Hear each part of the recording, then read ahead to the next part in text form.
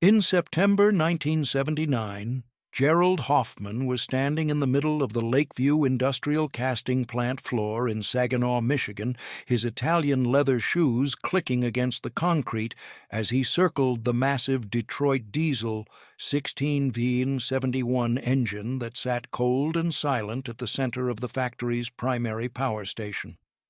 The engine was the size of a small truck.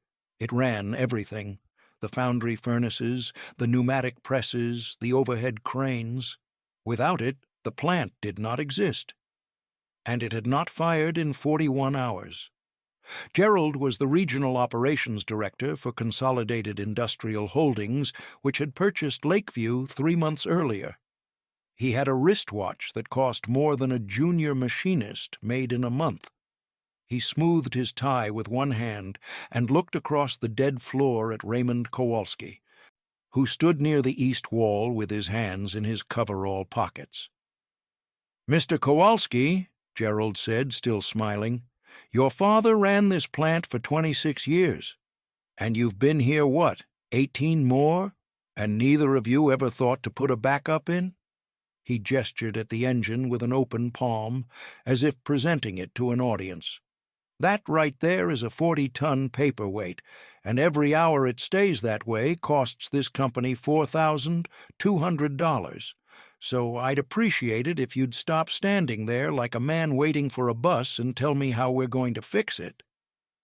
Raymond did not answer. He was 51 years old, thick through the shoulders, with hands that had been stained black at the creases since he was 19. He looked at the engine the way a man looks at something he has known his entire life and cannot understand betraying him. He said nothing. The stakes were not subtle. Consolidated Holdings had a casting order due to Detroit by Friday, 48,000 brake drum components for a Chrysler supplier that had been waiting since July. The penalty clause in the contract was $60,000 for every day of delay past the deadline. It was Wednesday morning. Gerald had already called 3 different diesel engine specialists from Detroit, Flint, and Toledo. All 3 had come. All 3 had gone. The plant stayed silent. Raymond Kowalski looked at the engine. Gerald Hoffman looked at Raymond. Outside, the September light came through the factory's high windows in long, pale columns and landed on nothing that was moving. The first specialist had arrived Monday afternoon. His name was Dieter Schwartz, out of Detroit, and he had 20 years of experience with Detroit diesel industrial units. He arrived with a full diagnostic kit: timing lights, compression gauges, fuel pressure testers, an oscilloscope for reading injector timing. He spent 6 hours with the 16V71. He checked injector timing on all 16 cylinders. He verified the governor. He bled the entire fuel system from the primary filters, through the secondary filters, through the injection lines. He checked the crankshaft position. He checked the blower drive. He found nothing wrong. He tried to start it 3 times. Each time the engine turned over with full compression, fuel reaching the injectors, air supply correct, oil pressure primed and ready. Each time it refused to fire. Dieter Schwartz stood up from his last attempt, wiped his hands on a shop rag, looked at Raymond, and said the engine was mechanically sound, and he could not explain why it would not start. He drove back to Detroit that evening. The second specialist arrived Tuesday at 6 in the morning. His name was Tom Calhoun, out of Flint, and he specialized specifically in the 71 series Detroit diesels. He had the factory-issue service manual for the 16V71, and he worked through it page by page. He pulled all 16 injectors, bench-tested each one, found them all within spec, reinstalled them with new copper sealing washers. He replaced the primary fuel filters. He tested the lift pump pressure. He checked the throttle linkage from the governor housing all the way through to the rack, making sure nothing was sticking. He checked the compression relief valves. He bled the system again. He tried to start it 4 times. The engine turned. It did not fire. Tom Calhoun closed his manual, packed his tools, and told Raymond that in 14 years of diesel engine work, he had never seen a mechanically sound engine refuse to start without a clear reason. He said he was sorry. He was gone by 3 in the afternoon. The third specialist was a team, 2 men from an industrial engine firm in Toledo named Briggs and Hartley Industrial Service. They came with a truck full of equipment and stayed through the night. They tested the engine's air box pressure to verify the blower was generating adequate scavenge air. They checked injector timing with dial indicators against the factory specifications. They inspected the crankshaft for any signs of seizure or distortion. They pressure tested the entire fuel delivery system with a hand pump and found no blockages, no air leaks, no restrictions. They replaced the fuel injection pump drive coupling as a precaution. They tried everything they knew. By 7 Wednesday morning, they were loading their truck.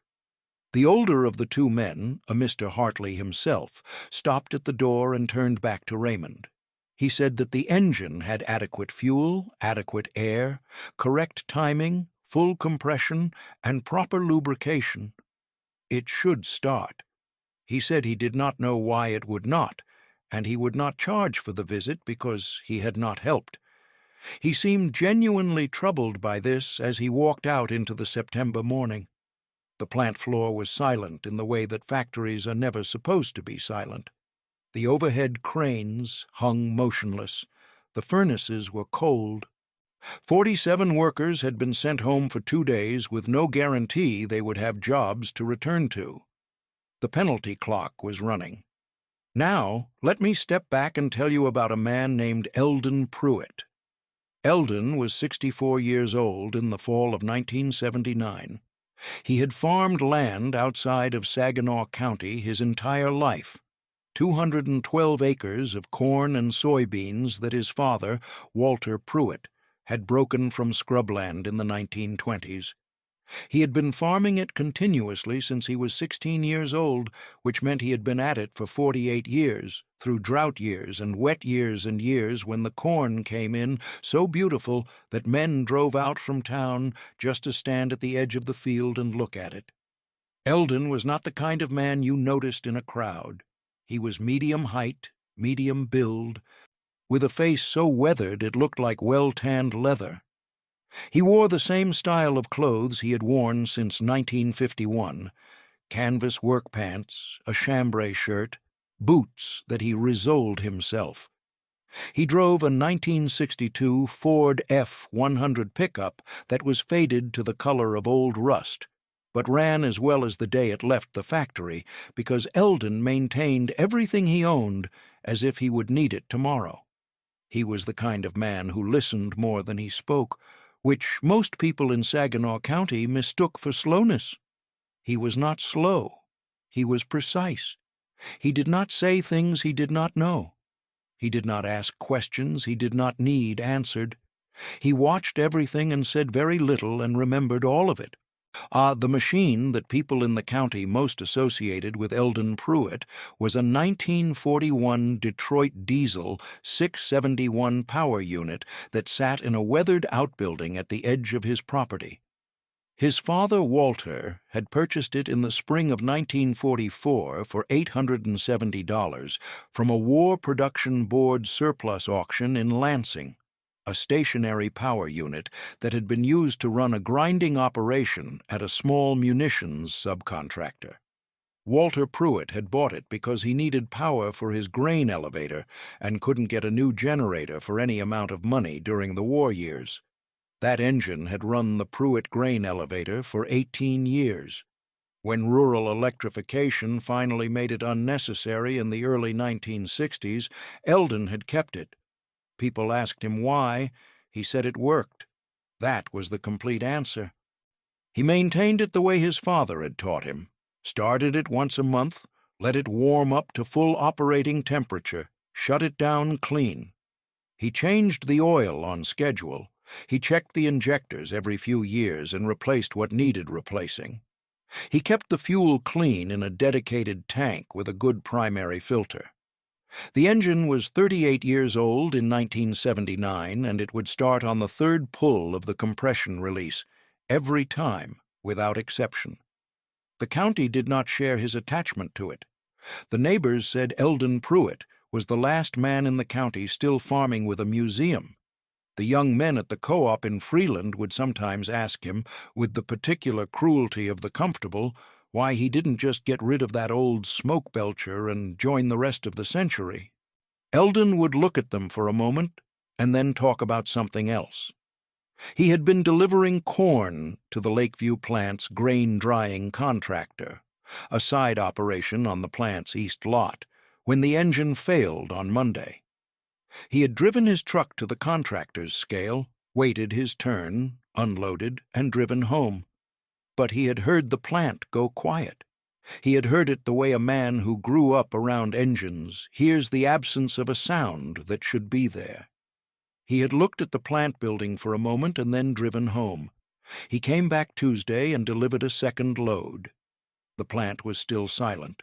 He stood at the scale house talking to the contractor's scale operator, a young man named Dale, and he asked a few plain questions. Dale told him what had happened: the engine, the specialists, the deadline, the penalty. Elden nodded once. He drove home.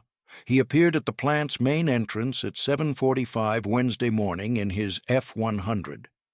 He told the guard at the gate that he needed to speak with whoever was in charge of the engine problem. The guard, who had been there for 3 years and knew Elden by sight from the grain deliveries, called Raymond Kowalski. Raymond came to the gate himself. Elden said, standing by the hood of his truck with his hands in his pockets, that he had been working on 71 series Detroit diesels since 1944, and he thought he might know what was wrong with theirs. Raymond looked at him for a moment. He said Gerald Hoffman was inside and that Gerald was the man who made decisions about the engine. He said he would take Elden in. Gerald Hoffman was on the factory floor with his assistant when Raymond walked Elden in. Gerald looked at Elden the way a man looks at something that is not relevant to his problem. He looked at the canvas work pants, the chambray shirt, the boots. He looked at the hands. Elden said, in the way he said everything, quietly, without warm-up, that he had worked on 71 series Detroit diesels for 35 years, and he believed he knew why the engine wouldn't start. He said he would like to look at it. Gerald Hoffman looked at Raymond. Then he looked back at Elden. Then he laughed. It started as a short sound and became something larger. He turned to his assistant, a young man with a clipboard, and said, 3 certified diesel specialists couldn't fix it, and now we've got a corn farmer. He said it loudly enough that the 2 Lakeview maintenance men standing by the east wall could hear it clearly. One of them looked at the floor. The other watched Elden. Gerald turned back. He said the engine had been evaluated by trained professionals with factory service manuals and proper diagnostic equipment. He said the engine was a 16V71, producing over 1,000 horsepower under full load. He said Elden's experience, whatever it was, with whatever engines he had worked on, was not relevant to a machine of this complexity. He said this with the particular confidence of a man who had confused the price of a thing with its difficulty. Elden did not change expression. He did not look at Raymond for support. He waited for Gerald to finish. Gerald finished. Elden said, "All 3 men who came here knew diesel engines. What they didn't know was this specific engine, in this specific building, at this time of year." Gerald's assistant stopped writing on his clipboard. Raymond Kowalski took 1 step forward. Elden said that the 71 series Detroit diesel was a 2-stroke engine. It did not breathe like a 4-stroke.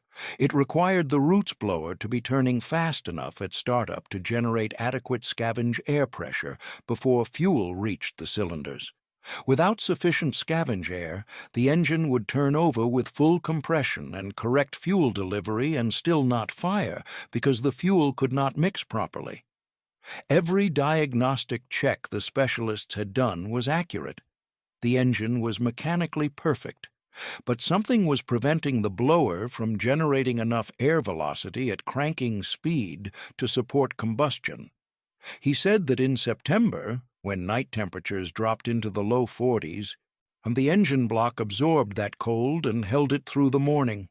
The oil thickened slightly, and more importantly, the rotors inside the roots blower, two figure-8-shaped rotors that spun inside a very tight housing, could be slightly sluggish from cold-soaked tolerances. Not enough to measure on any gauge, enough to cost the blower 2 or 3 pounds of pressure at cranking speed. 2 or 3 pounds was the difference between an engine that started and an engine that turned over perfectly and did nothing. He said he knew how to fix it. The maintenance man who had been watching Elden quietly said, in a voice just loud enough to carry, "Let him try." Gerald Hoffman looked around the floor. His assistant was still not writing. Raymond was watching him. He said, "Fine. What did Elden need? And what was this going to cost if it didn't work?" Elden said he needed access to the engine, and about an hour. He said if it didn't work, it didn't cost anything. If it worked, he would like Gerald to consider making a donation to the Saginaw County Agricultural Heritage Foundation, the organization that had helped him source parts for the old 671 over the years.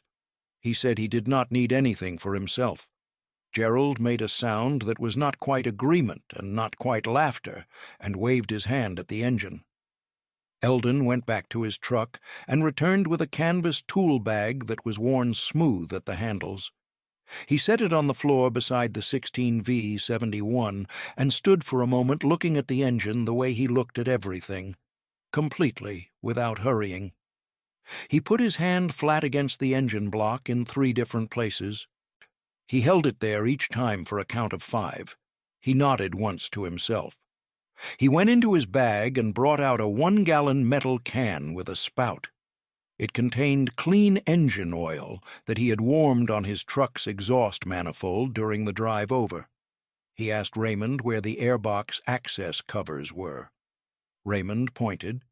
Elden removed the access covers on the airbox, the large manifold that received the blower's output and distributed it to the cylinder ports, and he poured the warm oil slowly along the rotor housing seals, letting it settle into the small clearances around the blower rotors. Not much oil, measured and deliberate, just enough to warm the clearances and restore the rotor seals to their operational tolerances. While the oil settled, he did something the specialists had not done. He went to the engine's fuel system and bled it again, not because it needed bleeding for air, but because he cracked the bleed fitting and let a small amount of fuel weep out slowly while he watched it. He was watching the color and the consistency of the fuel. After a moment he reached into his bag and brought out a glass jar, and he let a small amount of fuel drain into it. He held it up to the light from the high windows. He set the jar down and went back to his bag and brought out a small hand pump, the kind used for transferring fluids. He used it to pump approximately 1 quart of fresh, clean diesel from a can he had brought into the engine's primary fuel circuit, bypassing the plant's fuel tank entirely. Raymond watched this and said carefully, "You think the fuel's contaminated?" Elden said the fuel was fine. He said what he had seen in the jar told him the fuel had been sitting in the lines long enough to have lost some volatility right at the start of the injection sequence, barely measurable, nothing any instrument would flag. But on a cold morning with a blower already slightly sluggish, the first fuel to enter a cold combustion chamber needed to be as volatile as possible. Fresh fuel in the lines for the initial start. After that, the engine would be warm enough to run on whatever was in the tank. Gerald Hoffman, who had drifted to within 15 feet of the engine without appearing to have moved, said nothing. Elden then brought out 2 heat lamps, the kind used in farm settings for warming livestock in cold weather, and he positioned them carefully at the blower intake. angling them to direct warmth into the airbox from the intake side. He plugged them into a drop cord that Raymond ran from the nearest outlet. He set a small cooking thermometer on the airbox housing. He waited. He did not sit down. He stood beside the engine and looked at it and occasionally put his hand to the block. After 22 minutes, he checked the thermometer. He removed the heat lamps and replaced the airbox access covers. He bled the fuel lines one final time. He asked Raymond how the engine was cranked, whether there was a separate starter motor or an air start system. Raymond said air start and showed him the valve. Elden looked at the air start system and checked the receiver tank pressure gauge. He said the tank pressure was adequate, but asked whether there was a way to hold the start cycle open for a longer initial crank than normal. Raymond showed him a manual override on the starter valve. Elden said he wanted to crank the engine for approximately 15 seconds before any fuel reached the injectors to bring the blower up to full rotational speed first. He asked Raymond if there was a way to interrupt the fuel rack to hold it at zero delivery while the starter cranked. Raymond thought about it for a moment and said yes. On the governor housing, there was a manual shut-off lever that mechanics used for servicing. He showed Elden. Elden positioned himself at the governor shut-off. He told Raymond to initiate the start cycle and hold the manual override open. Raymond opened the air start valve. The engine turned. It was the same sound the specialists had heard. The heavy, rhythmic compression of 16 large cylinders turning over, the blower beginning to spin, the whole machine cycling through its sequence with mechanical perfection and producing nothing. Elden held the governor shut off for 10 seconds while the starter cranked. The blower came up to speed. He could hear the difference. The pitch of the blower changed as it found its velocity. On the 11th second, he released the shut-off lever. Fuel hit the injectors. The engine caught on the first cylinder, then the second, then 4 more. The sound changed from turning over to something lower and more violent, and then, in less than 3 seconds, all 16 cylinders were firing, and the 16V-71 came alive, with a sound that went through the floor and through the walls and rattled the high windows and filled the entire factory floor with the noise of serious industrial power returning from the dead. The maintenance man by the east wall said one word. It was not a word that was appropriate for polite company, and he said it with complete reverence. Gerald Hoffman's assistant dropped his clipboard. The clipboard hit the concrete floor and nobody picked it up. Raymond Kowalski put both hands on top of his head and looked at the engine. The engine ran. It did not hesitate. It did not stumble. It sat at idle and it simply ran, smoothly, with the particular authority of a machine that has found its operating temperature and intends to stay there. The oil pressure gauge came up. The temperature gauge began its slow climb toward normal. The factory's power distribution panel came back to life, lights flickering on in sequence across the floor, indicator lights returning to green, the overhead crane controls humming as power reached them. Elden did not watch the gauges come up. He was already coiling the cord from the heat lamps.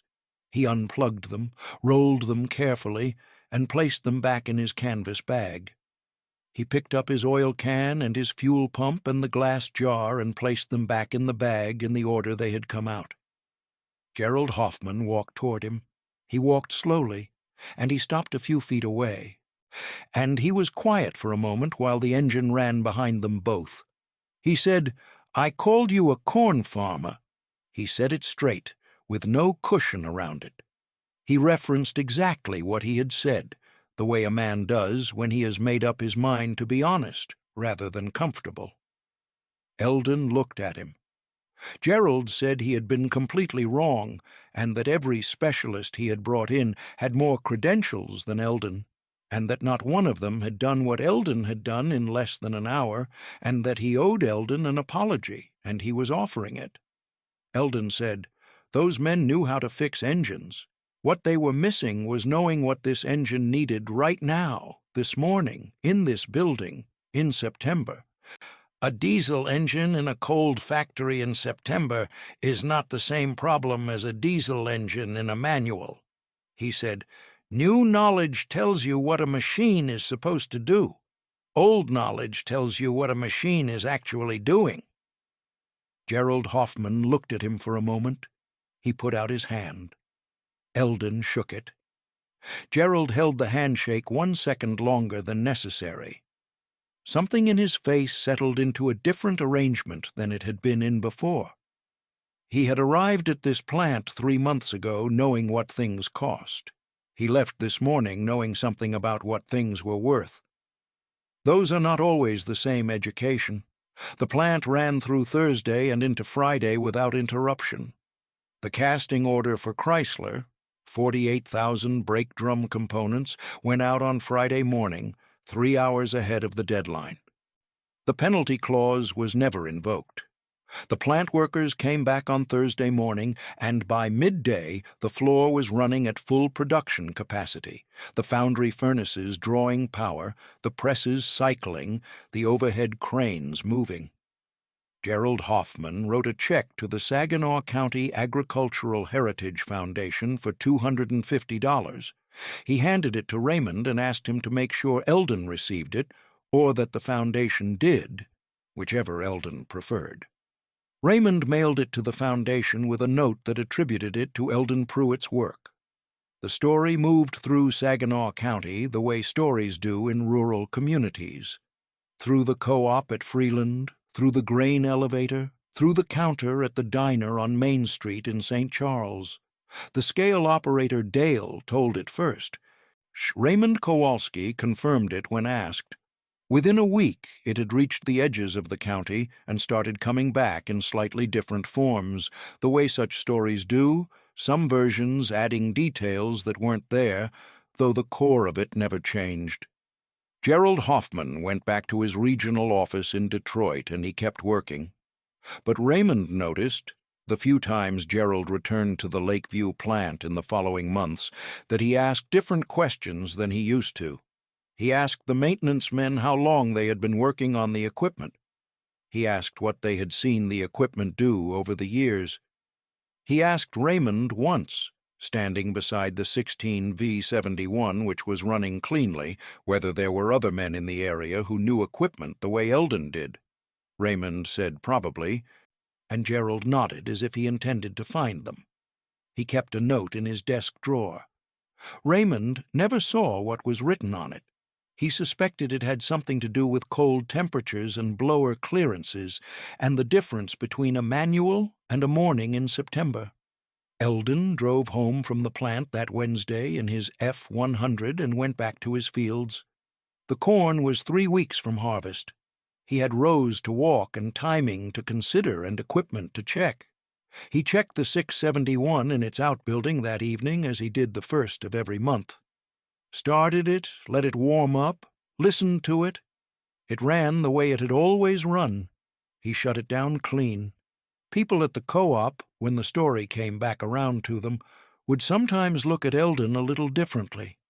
He did not seem to notice, or if he did, and he did not let it change anything about the way he moved through a day. He was not a man who needed the world to catch up to him. He just kept working, and the world caught up when it needed to. In 1986, Elden Pruitt turned 71 years old. His son, Carl Pruitt, had been farming alongside him for a decade by then, and there was an understanding between them that did not require much language. That fall, after the harvest was in and the fields were turned, Elden took Carl out to the outbuilding and showed him one more time and with great precision how to maintain the 671. The correct oil, the correct schedule, the importance of starting it monthly, the specific sound it made when everything was right, and the subtly different sound it made when something needed attention. Carl had been listening to that engine his entire life. He knew most of it already, but Elden went through it completely, from the primary fuel filter to the governor to the blower housing, and Carl let him, because he understood that the point was not the information. The point was the transfer. When Elden finished, he put his hand on the engine block for a moment, and then he walked back toward the house, and that was all that needed to be said. Carl maintained the engine exactly as his father had, first of every month, warmed to operating temperature, shut down clean. He took it to the Saginaw County Fair in August, as his father always had, running it as a static display in the agricultural heritage section. Children came and stood in front of it, and Carl would explain what it was and what it did. Some of them listened.